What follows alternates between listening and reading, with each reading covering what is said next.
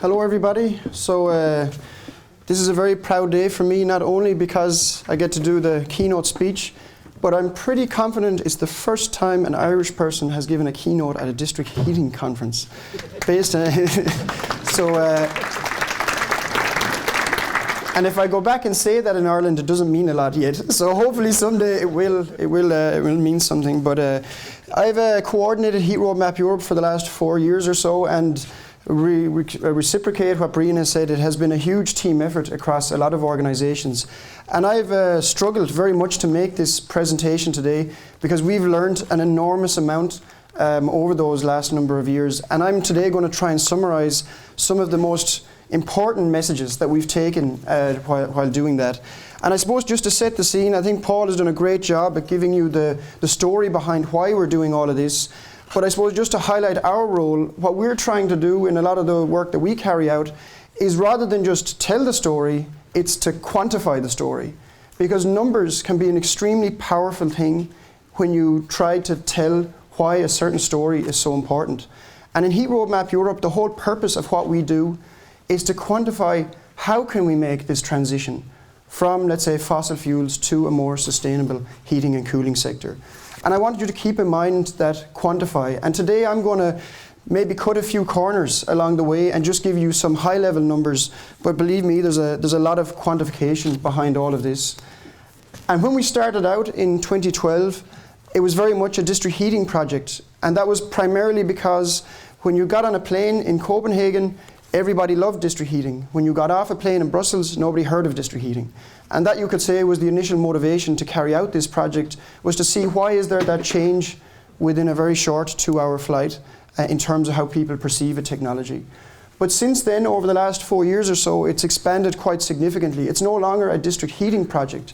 It is a heating and cooling strategy project, I would call it, where we're trying to make not just figure out how district heating can help solve the transition, but try and figure out what other parts of the heating and cooling sector need to be combined with district heating in order to decarbonise the entire heating and cooling sector. And the latest project, Heat Roadmap Europe 4, it just began this year. So a lot of the numbers that I'm going to give you today are coming out of Heat Roadmap Europe 3 and some initial, you could say, estimates from Heat Roadmap Europe 4. You could say that's where we are in this timeline. And as well as the project's developing a lot, the team has developed a lot. As Brian said, the original team was very much made up of Aalborg University and Helmstedt University, but now, the last time I took a rough count, we have over 40 people directly involved in the Heat Roadmap Europe project across 23 different organizations. And I think this gives you an indication of what we're trying to achieve. We're not trying to figure out how one technology serves one problem. We're trying to figure out how a combination of many technologies fit together in order to give us a very cost-effective and efficient heating and cooling sector. And that requires knowledge about a lot of different things: buildings, district heating, heat pumps, boilers, demands, supplies, renewables. And we're trying to make all of this fit into something that can be somehow pieced together in a cohesive jigsaw and help us make that transition in the future. And the first thing I want to say is that if you want the details, please go to the website. Because in half an hour, I haven't really got a chance of giving you all of the information that we've produced. I think last time I checked, we had over 20 reports made in the Heat Roadmap Europe series, but there is a lot of information on the website that we're constantly trying to make easier to access. So I'm, as I said, going to stick to the high-level messages, and there's a lot of the background information available on the website. And the scary part is, what I'm going to try and do today is give you 10 key messages in 30 minutes. And this is how I felt when I sat down to try and figure out how will I present these 10 key messages in 30 minutes. Because there's so much technical knowledge required sometimes to understand why we say certain things that it can be very difficult to make it easy to understand. But we'll give it a shot. Maybe we won't get as far as 10, but I'll try my best within the time limit to get there. And as I said, you'll find a lot of other information if you go to the website. So the first message I'm going to start with is something brand new that came out of Heat Roadmap Europe 3, and that relates to the cooling sector. I can't tell you how many angry Spanish, Portuguese and Italians I had when I went to Brussels saying to me, why do you keep telling us about heating?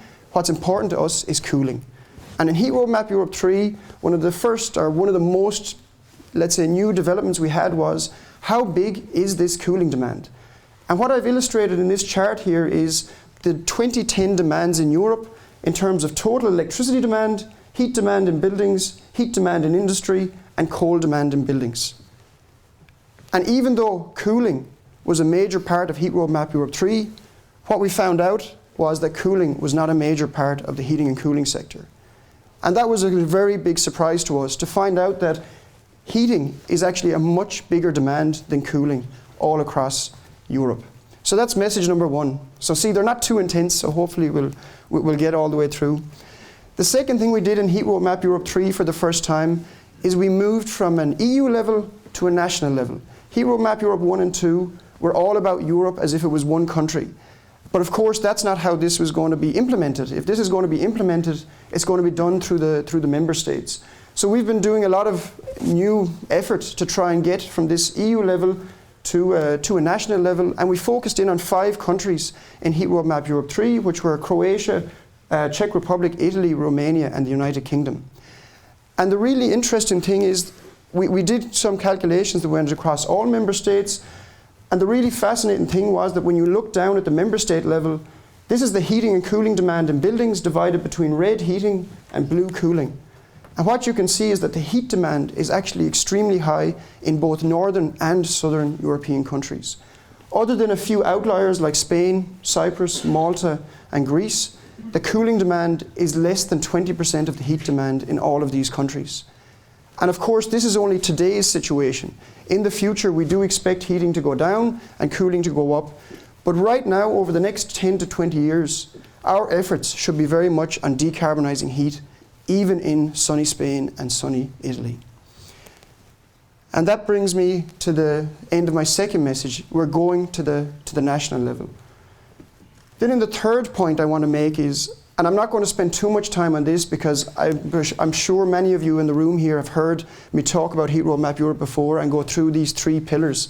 But these are the 3 key things that we constantly recommend or highlight for the heating sector in Heat Roadmap Europe. These are the 3 pillars of our recommendations. And these 3 things, what I want to just highlight here is, in Heat Roadmap Europe 1 and 2, we looked at this from a European context, and in Heat Roadmap Europe 3, we did it at a national level. And what we found when we went to the national level was that these 3 key pillars didn't really change that much. We constantly recommend heat savings in the buildings. We need to reduce our heat demand. But as Paul pointed out, we won't get rid of it. So because we won't get rid of it, we need to improve how we supply the heat that's left over. And in terms of supplying that heat, district heating in the cities and heat pumps in the countryside with maybe minor shares of biomass boilers and solar thermal. And those 3 key messages, when we looked at the 5 countries in Heat Roadmap Europe 3, still remained the same. So this picture that we've been talking about for a European context over the last 4 years or so isn't changing. And that's very comforting for us to know that even when we take a country like Italy and a country like Romania, these 3 key pillars are still coming out as a very positive thing to do. However, what I didn't expect when we did this analysis in the heating sector, and what I'm going to focus on, of course, for the theme of this conference, is what happened in the district heating part of this recommendation. And I would say what happened here really surprised me. There was a really unexpected result in terms of what the potential was for district heating in these different countries. And when we looked at these 5 countries, what I've put here beside each country is the level of district heating that was viable based on our mapping and our modelling work in Heat Roadmap Europe 3 versus in the brackets what level of district heating is in those countries today. And what you'll see is that places like the United Kingdom and Italy, which have almost no district heating today, have the potential to convert 60 to 70% of their heat demand to district heating. Whereas countries like Croatia, Czech Republic and Romania that have district heating have the potential to grow, but not as significantly as those countries that haven't even started on the journey.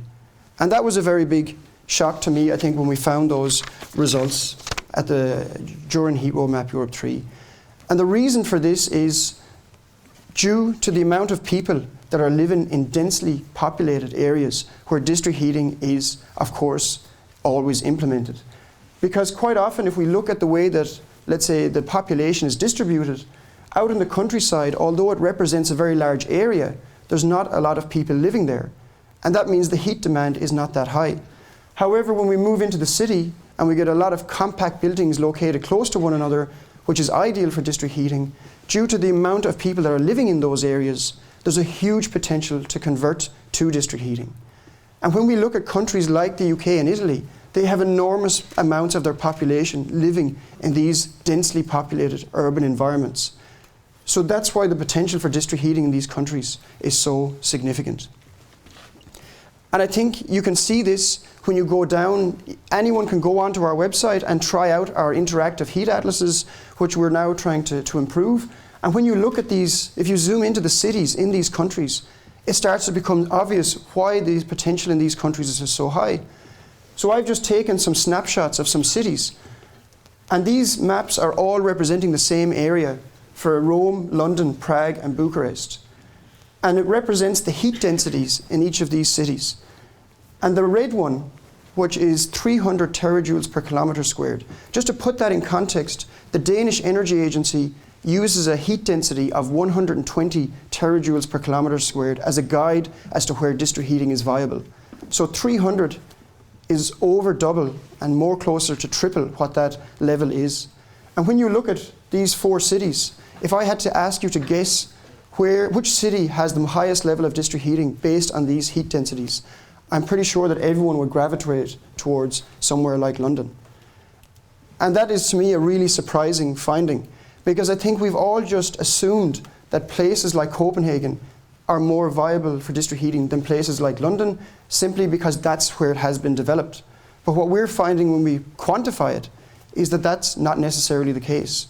There is a lot of other cities that are far more suitable for district heating than the cities that already have it. And this is what makes the potential to expand that technology so big into the future. I'm really excited at the prospect of getting these heat atlases for the 14 new countries in Heat Roadmap Europe 4. So in Heat Roadmap Europe 3 we had 5 countries, and in Heat Roadmap Europe 4 we'll have 14 countries. The 14 biggest countries in Europe by heat demand. And only last week we made the first version of the heat atlas for each of these 14 countries, which you can get on the website if you go to download them. They're only in PDF format right now, but over the next few months we'll be hopefully converting them to an interactive version. So keep an eye out on what we're up to. And that's the 4th point I wanted to make, is that the potential for district heating, when you quantify the heat demand and the density of the heat demand, is higher in countries that you would not necessarily expect it to be. I'm going to move a bit now, you could say, from the demand side of things. So I talked a little bit about the cooling demand and the heat demand and the location of the heat demand, and talk a bit about energy efficiency. And I think I can go back a few years as well, like Paul mentioned earlier, and talk a bit about when we first went to Brussels, the word energy efficiency may as well have been defined as heat savings. That's was the natural kind of association when you mentioned the word energy efficiency. And one of the things that we're trying to do in Heat Roadmap Europe is demonstrate how energy efficiency is not just a demand side measure, it's also a supply side measure. And again, we're not just trying to tell this story, we're trying to quantify it. And quantifying this can be a very difficult thing to do in a way that's you can communicate to the epileptic animals that need to be fed repeatedly with a lot of tablets. So this is challenging at times to try and make these calculations. So I'm going to give you what has been our most recent effort to demonstrate how important energy efficiency is as both a demand and a supply side measure. And I think sometimes it's very ironic that I'm standing here actually, because the reason I work in energy in the first place, I'm a previously mechanical engineer and didn't really study energy a lot, but I went to visit this power station when I was 20 years old. And the guy in that power station told me that they produce electricity, and in the Irish electricity market they would sell it for something like 40 euros per megawatt hour. And he said they actually produce more heat than they do electricity, and the obvious question the group had was, what do you do with the heat? And he said they give that to the fish market for free. And even then, when I knew nothing about district heating, I knew nothing about the viability of recovering that heat, that felt very, very wrong. That you would have a power station that produces one commodity and sells it, produces more of the other, and simply gives it away to the fish. That is a very strange thing to do. And I think what's even more frightening is that this is just one power station in the west coast of Ireland. And in Heat Roadmap Europe, when we quantify what is the scale of this, and again quantify it, what is the scale of this, you start to appreciate just how borderline sad this whole situation is. Because what this graph demonstrates is, if we look at the first two columns on the left-hand side, that is the orange bar that I'm trying to display here is the amount of heat, the total amount of heat that's lost during electricity production in Europe today. And if you quantify that, it comes to a number of around 5,500 terawatt hours per year. And of course, I'm going to put in the caveat that this is the maximum amount, so I'm giving you the total, the huge number. But what we've been doing in Heat Roadmap Europe is looking at how does that number compare to how much heat we actually need. And if we go back to that graph that I started with at the beginning when I talked about the cooling demands, you can see that the heat demand in buildings is around 3,500 terawatt hours, just a bit bigger. So the amount of excess heat we have during electricity production is actually more than the heat demand we have in all buildings in Europe. And that sounds insane, that you could waste that much heat in the fish market, while at the same time there's a human market that's using fossil fuels to heat itself. And today in Europe, we're using around 500 terawatt hours of heat via district heating systems as a ballpark figure. And what we're finding when we do our analysis is, especially with the mapping work that we're carrying out, is that based on the structure of the cities in Europe and the demand that's there, there's no reason why we shouldn't be able to implement district heating networks up to a level of around 50% of our heating demands, which means we have a gap here of around 1,300 terawatt hours of extra heat we could supply with district heating networks. And I think as the results become more and more advanced in Heat Roadmap Europe, I've gone from saying 50% to at least 50%. Because every time we do a new map, it seems more and more obvious that this is a good idea to do. And what I just want to highlight in this graph is that when you look at these numbers, it's just astonishing how much excess heat we have. Because a lot of the time people say to me, David, the power stations will operate less in the future. There might not be enough excess heat. But our problem is not an excess heat problem. We have magnitudes more excess heat than we need today. And even if we run out of power stations to produce it, we have industry, we have waste incineration, we have loads of renewable heat sources. So there is no excess heat shortage. There is simply a shortage of district heating networks in our cities to transmit this heat from the power station to the buildings. And this becomes very obvious when you quantify just how much you have versus what is actually viable. And then when you think about that, right now as we speak, this heat is being produced. This is not heat that we have to produce in the future. It's already being produced. It's just being thrown away. And if we start using it, then we have the ability to save enormous amounts of energy. Because if we use this heat that we currently throw away and replace natural gas or oil in the boilers, then we're in effect saving huge amounts of fossil fuels. And that's what we constantly try and refer to as energy efficiency on the supply side. It's simply taking a waste product we already produce and start using it to save using other forms of energy. And in Heat Roadmap Europe 3, we tried to quantify this effect. And again, I won't get too much into the details, but this is just the results for Italy. And what you see on the left-hand side is the energy consumed for electricity and heat in a business as usual 2050 scenario for Italy. And that's the orange chart. And when we put heat savings in Italy, so we put in as much heat savings as we possibly could at a cost-effective level, we saved, as you would expect, a lot of energy. So this is the amount of energy we saved when we put heat savings in the buildings, which equated to around 200 terawatt hours. But then after we put the heat savings in the building, we then introduced energy efficiency on the supply side of the heating sector. So we start using this waste heat that we currently throw away, and as a result, save fossil fuel in the boilers. We also, I should highlight, this is not just district heating, there's also heat pumps going into the rural areas. But what you can see is the magnitude of energy we save by implementing energy efficiency on the supply side is relatively similar to the amount of energy we save when we implement energy efficiency on the demand side. So the idea that we should leave the supply side discussion out of the equation would mean that we miss a huge opportunity to save enormous amounts of energy at an affordable level. And this is one of the new messages we're trying to communicate to people during the discussions, that we cannot think of energy efficiency as reducing our demands. It's reducing our demands to a certain level and then using our energy more effectively in combination with that reduction. And that's message number 5. Energy efficiency is both a demand and a supply side opportunity. So we're halfway there. We've 5 points covered. So the cooling demand is relatively small today. Heat Roadmap Europe is moving from an EU to a national level. When we do that, the heating recommendations remain relatively the same, with heat savings, district heating and heat pumps making up the majority of the changes we need to implement.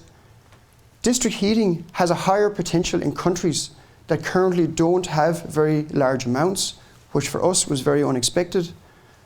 And finally then, energy efficiency is both a demand and a supply side opportunity.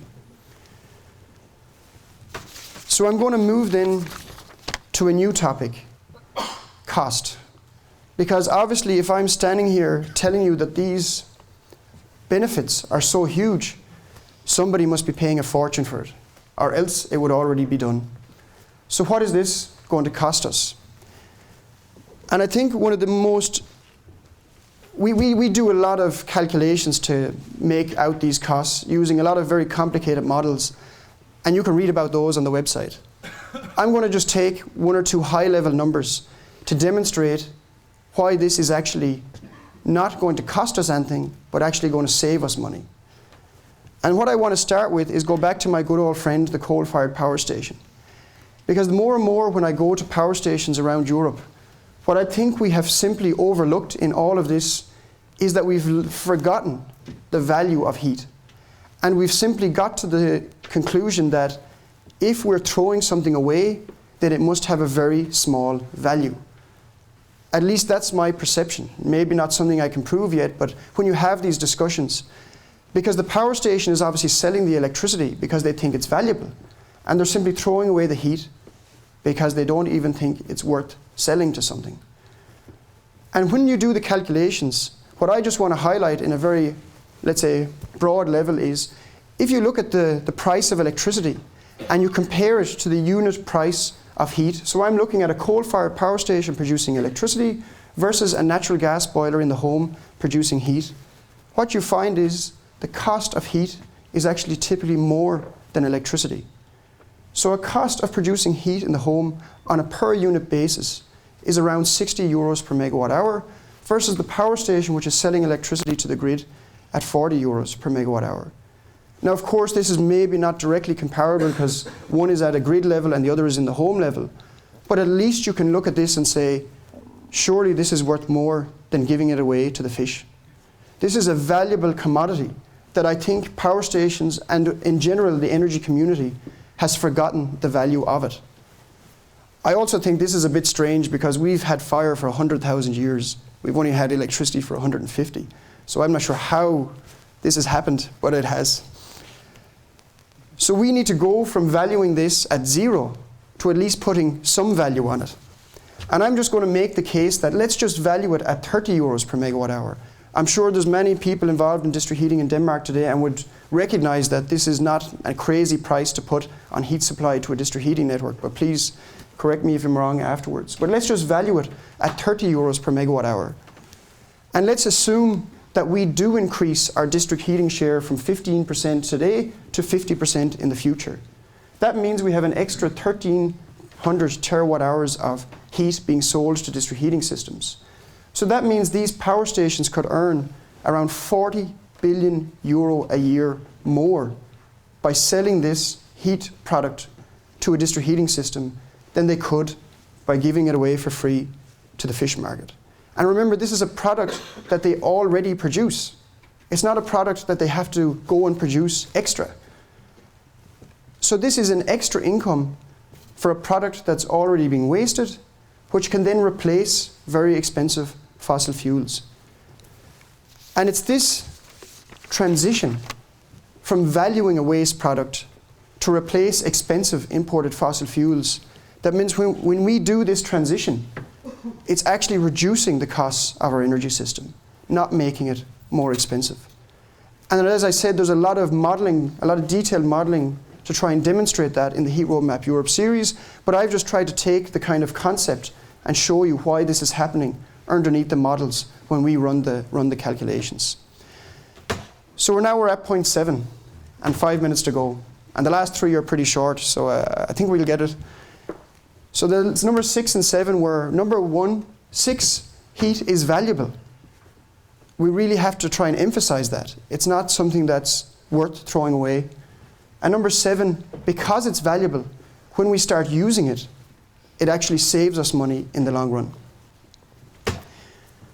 I'm going to move off topic a bit now and just go towards, of course, as Henrik pointed out in his introduction, this is a district heating conference, and Heat Roadmap Europe has district heating as one of its key pillars, but we're also part of a smart energy systems development, and we see district heating as part of a smart energy systems development.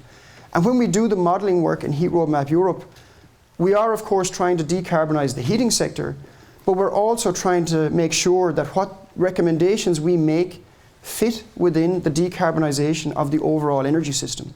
We don't want to end up in 2050 with a decarbonised heating sector and no real connection to what actually is happening in electricity industry and transport. So when we do this type of analysis, we're constantly very conscious of what effect these measures are having on electricity industry and transport also. And what I just want to highlight here again in just a few brief slides is that when we implement district heating in the cities and heat pumps in the countryside, we're actually helping to decarbonise the electricity sector.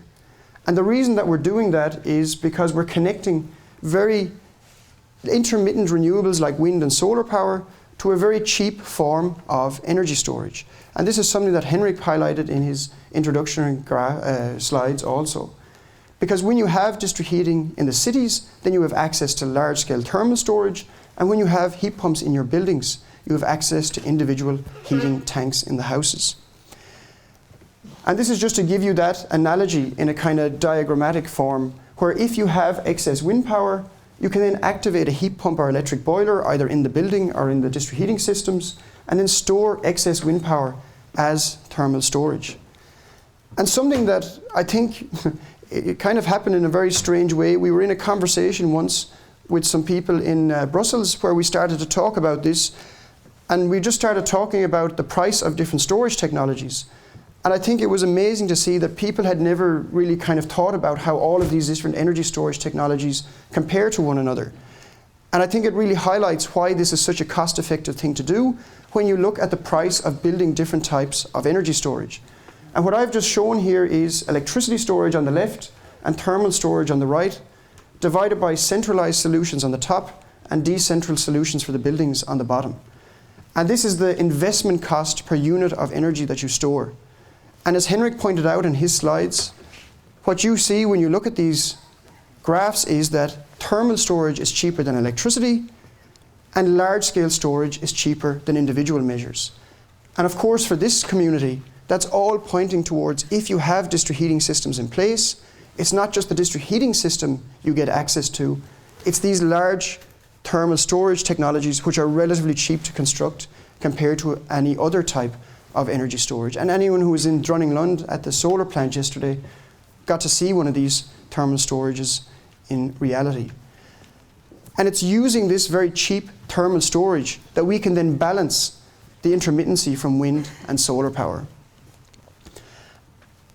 And I think what's most surprising to me, and this is moving on to point 9 then, is that if I go back to that moment when I was 20 years old standing in that power station, I think it was bad enough that we had wasted so much heat from that power station. But it's almost tragic that at the same time as we were wasting that heat, 2 hours over the road on a plane, someone had figured out 20, 30, even 40 years ago how to stop doing that. So in other words, almost everything we talk about here today has already been proven. And of course, district heating does have to improve. But what we have already today is able to do an awful lot of benefits to the system. And not only is the basics of using excess heat something that has already been proven, but even using excess wind power and storing it in thermal storage facilities is also already proven. And this data is from EMD International, a company actually located here in Aalborg. And there's a video on the Heat Roadmap Europe website explaining this graph, so I'm not going to go into it in too much detail. But it basically is data from a district heating plant in Denmark showing how excess wind power in Denmark is being stored in these thermal storage devices on the district heating plants already. So this is not something we have to create. This is simply something we have to replicate. And that is really amazing to me, because this is something we can do not in 10 years or 20 years. This is something we should have done 10 years ago, because we've already figured it out.